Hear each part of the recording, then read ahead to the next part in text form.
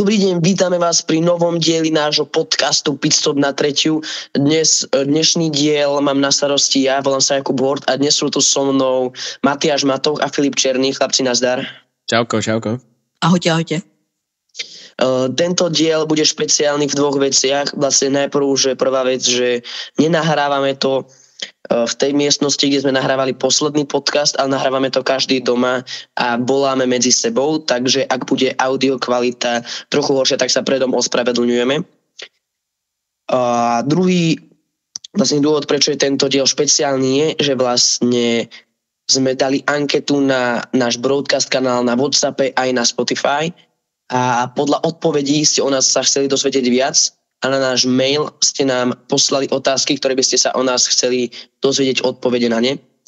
Takže ja by som rovno išiel na to, čo na to. Čo vy na to, chlapci? Súhlasím, poďme rovno na to. Áno.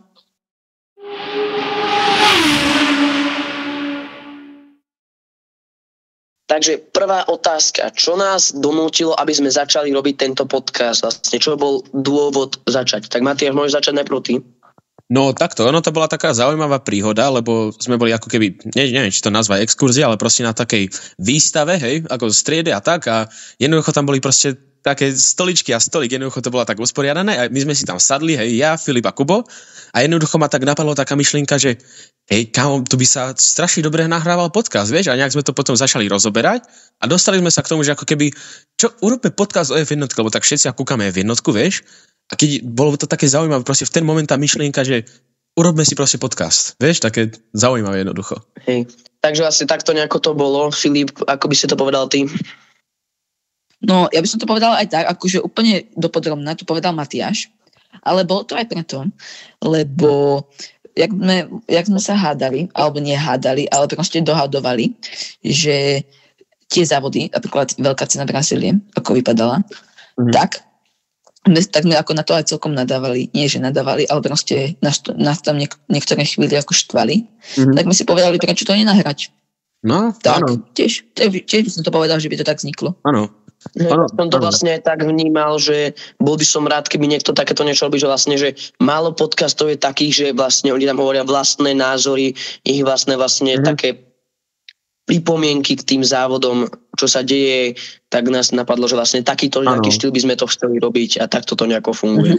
Áno, ja si pamätám, jak sme to tak riešili s chalánmi a oni to hovorili, že to mysleli tak zo strany a takéto. Ja na druhý deň prídem, že chaloši, máme e-mail, máme grafiku, máme distribútora, máme všetko. Takže to bolo tiež také zaujímavé. My sme boli takí, že čo si spravil? A ja tam ukazujem na telefóne, že ak mám všetko prichystané, vieš, a tak sme boli, že tak, OK, dobre, tak ideme nahrávať.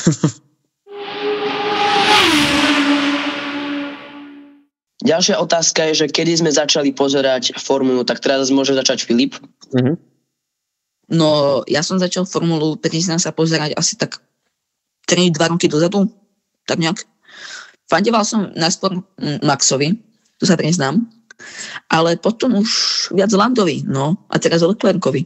Takže, tak 2-3 roky dozadu by to mohlo byť. Matiáš, ty?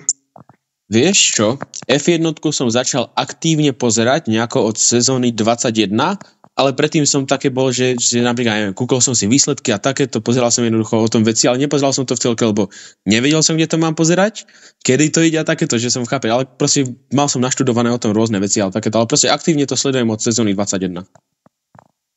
Ja som v tomto taký trošku nováčik, že vlastne ja to nepozerávam nejako extrémne často, že jednak na to nemám čas, že proste, že v nedeľu mám väčšinou plnú a som s rodinou a tak, že proste, že a aj v takých horších časoch to niekedy býva, že radšej si pozriem, že zostrihy alebo že výsledky väčšinou a takto, že proste aj má také zaujímavosti, že čo sa dejú a že keď je v dobrom čase, tak si rád pozriem a tak aktívne sa tomu asi tak venujem, že možno rok, túto sezónu asi tak.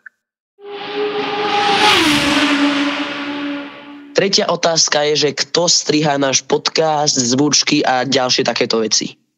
No, ja sa takto rovno prihlásim. Strihám to ja takéto, ale nie, že ako na podcast mám na starosti, ja to tak nechcem, vždycky to je, že neviem, dajme tomu, kdokoľvek z nás príde s nejakým návrhom, zhodneme sa, že OK, je to dobré a takéto, potom to všetko sa pošle mne, ja to zostrihám, dám to na platformy a takéto, ale nemám všetky platformy, niektoré platformy má napríklad aj Kubo, môžeš povedať aké? Ja mám na starosti WhatsApp broadcast. Áno. A vlastne aj tie videá, také promo videá, že ako napríklad sa nás spýtať veci a takéto to tiež strihám ja na ten WhatsApp. Áno. FIFO to v podstate tak dá sa povedať, že schvaľuje tie veci, ale takže jednoducho sa s ním tak dohadujeme o tom. Studnica nápadov. Áno. Štvrtá otázka je, že či sa poznáme od detstva my traja. Tak Filip, podľa mňa môžeš teraz ty povedať niečo. No áno, poznáme už od prvej triedy základnej školy. Ale viem, Kubo, že ty si odišiel v tretej alebo v druhej triede. Myslím, v polke druhej. A vrátil si sa v 8. Takže to bol taký 6 rokov taká pauza od nás. Ale akože aj bavili sme sa aj mimo školy. Ale my sme stále na krúžky spolu chodevali. No hej. Áno. V podstate s Kubom som bol tak viacej v kontakte kvôli hereckému a takému to, čiže... Ale poznáme sa dlho. Takže áno, poznáme sa od detstva, áno. Preto to aj tak asi funguje, že proste, že najprv sme boli kamaráti, až potom sme začali robiť ten podcast, že vlastne je to také fajn. Piatá otázka je, že keby ste mali ísť do F1 týmu, aký by to bol a prečo? Tak ja osobne asi by som išiel do Red Bullu, lebo akože fandím Mercedesu, ale je vidno, že ten Red Bull robí asi najväčšie pokroky, čo sa týka. Aj podporuje tých začiatočníkov. Akože Mercedes to má tiež fajn tú svoju akadémiu, ale buď Mercedes, alebo Red Bull asi. Matiáš, ty? Vieš čo? Keby mám ísť, že priamo do F1, tak by som najprv išiel do nejakého juniorského týmu, napríklad, čo je teraz V-Carb alebo Williams. Tam by som sa rozjazdil a potom, neviem, napríklad prvú sezónu by som sa rozjazdil, druhú sezónu by som sa snažil úplne dostať úplne vyššie poslednú kvapku zo mňa, aby som tým vyšším tímom ukázal, čo vo mne je. No a taká priorita, kam by som sa chcel dostať, je asi Red Bull. Buď Red Bull, alebo Ferrari. Ferrari by to mohlo byť tiež zaujímavé, ako tá komunita ľudí tam proste celkovo, že je to Ferrari, vieš? Filip, ty? No, ja by som túto sezónu, akože keby je začiatok tejto sezóny, akože, tak by som išiel do Red Bullu, ale keďže sa im budú meniť motory, čo všetci vieme, tak by som išiel možno aj do Haasu na ďalšiu sezónu, lebo tí tiež budú mať nové motory a o dosť lepšie ako Red Bull. Takže ja by som asi vyskúšal Haas. Ale som akože fanúšik. Ináč by som išiel do McLarenu.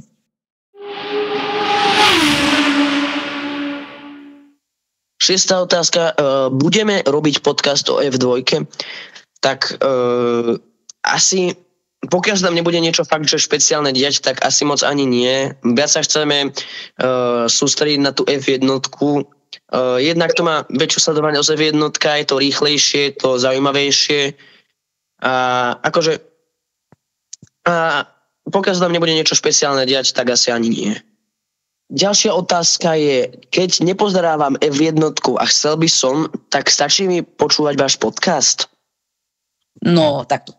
Ja by som to povedal, že keď má niekto v tom chaos a chcel by tomu pochopiť, tomu závodu, čo bol ten daný víkend, a tak keby si kúpil náš podcast, tak by podľa mňa tomu celému pochopil, lebo my vieme akože zrekapitulovať všetky akože tréningy, kvalifikáciu a aj veľkú cenu. Takže keby fakt niekto chcel pochopiť tomu úplne, tak náš podcast je na to úplne určený, podľa mňa.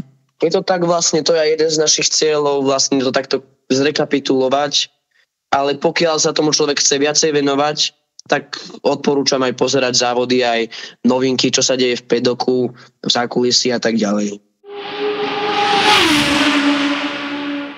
Otázka, prečo sa voláte Pitstop na tretiu, tak na to by podľa mňa vedel najlepšie Matiáš odpovedať, lebo on ten názov vlastne aj vymyslel. Tak Matiáš? No. Takto.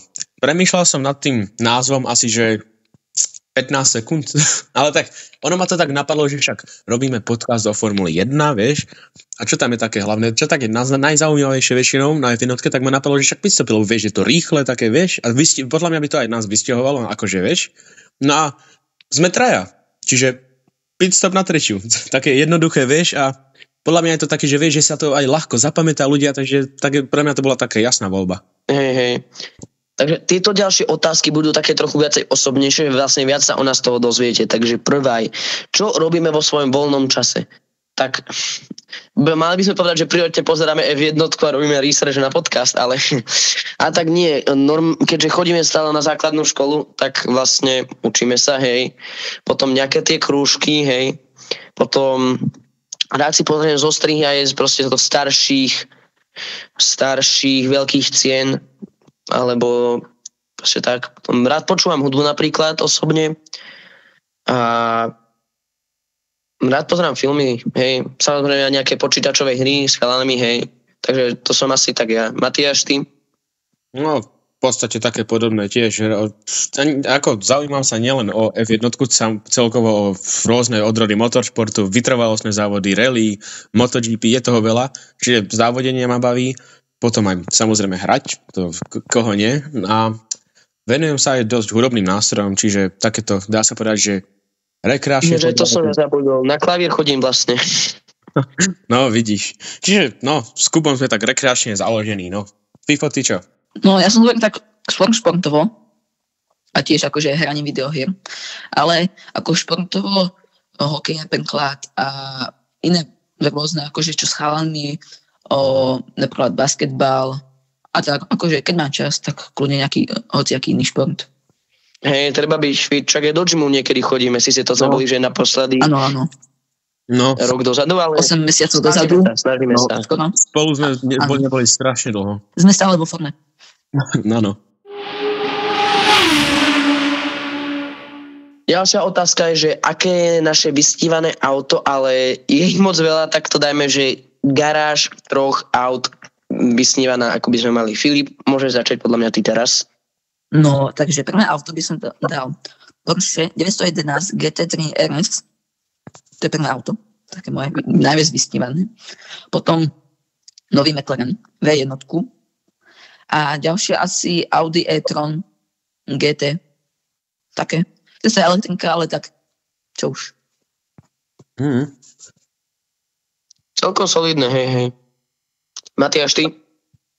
No, vieš čo? Ja to mám rozdelené do takých 3 kategórií. Také historické, alebo také, také staršie auto. Strašne by som chcel F40. Viem, že je to predražené a dá sa to ťažko zohnať, ale je to krásne auto. Čiže rozhodne F40. Potom nejaké také rodinné, také, že však na premávanie, tak pravdepodobne Audi RS7. Rodinné auto. A tak je to také väčšie, Jednoznačne. Áno. Rodinné, také, že dám tam tie sedačky, ale budem v tom jazdiť iba ja, vieš. No ale potom také rýchlejšie na zábavu, tak asi tiež 911 GT3 RS. To je pekné auto. To nikdy nesklame. No, hej. Ja som mal vždycky srdce pre Mustangy. Ťažko by som si rozhodoval jeden, ale veľmi sa mi páči Eleanor. To je proste srdcovka, hej. Staršie, ale simple design, veľmi pekné. Potom také možno trochu novšie. Tak asi tá V1 je tiež veľmi pekná, hej, to sa mi dosť páči. Ale aj tie Koenigsegy vôbec nie sú zlé, takže toto som trochu nerozhodný. Proste všetky hyperauta teraz také novšie, čo sa teraz začali pretekať tie veľké značky všetky, tak je to také proste, že nevieš sa rozhodnúť, hej. A potom také auto, ktoré sa už prestalo robiť, jednoznačne Audi R8. Ďalšia otázka, viac také na rodinu, že či máme súrodencov alebo domáce zviera. Matiáš, môžeš podľa mňa začať teraz. No, ja som šťastný jedináčik, mám 2 mačky, čiže ja som veľmi spokojný, mám pekne kľud doma, čiže ja som spokojný. No, ja mám 3 súrodencov a psa. Predtým som mal aj zajaca, len ten už išiel na druhý svet, ale tak 3 súrodencov, ja som najstarší. No nie, ten už bol starý. Išiel do Formule. Filip, ty? Ja mám jednu sestru, tá už je na vysokej škole. A ešte babka má psa, ale akože dá sa povedať taký, že nie je to úplne môj domáci maznačík, ale akože chápeme sa. Jasné. Áno. Dobre, teraz ďalší, a toto už bude zároveň aj posledná otázka, na ktorú vám dnes odpovieme. Čomu sa chcete venovať v budúcnosti? Tak ja na strednú by som chcel ísť na technické liceum do Novej Dubnici. Ma baví proste programovanie a takto. A potom asi aj na výšku s takým zameraním a potom pracovať možno ako nejaký programátor alebo IT technik. Najlepšie možno ako nejaký IT inžinier v nejakom formulovom týme. To by bolo najlepšie asi. Matej, ešte raz ty môžeš povedať?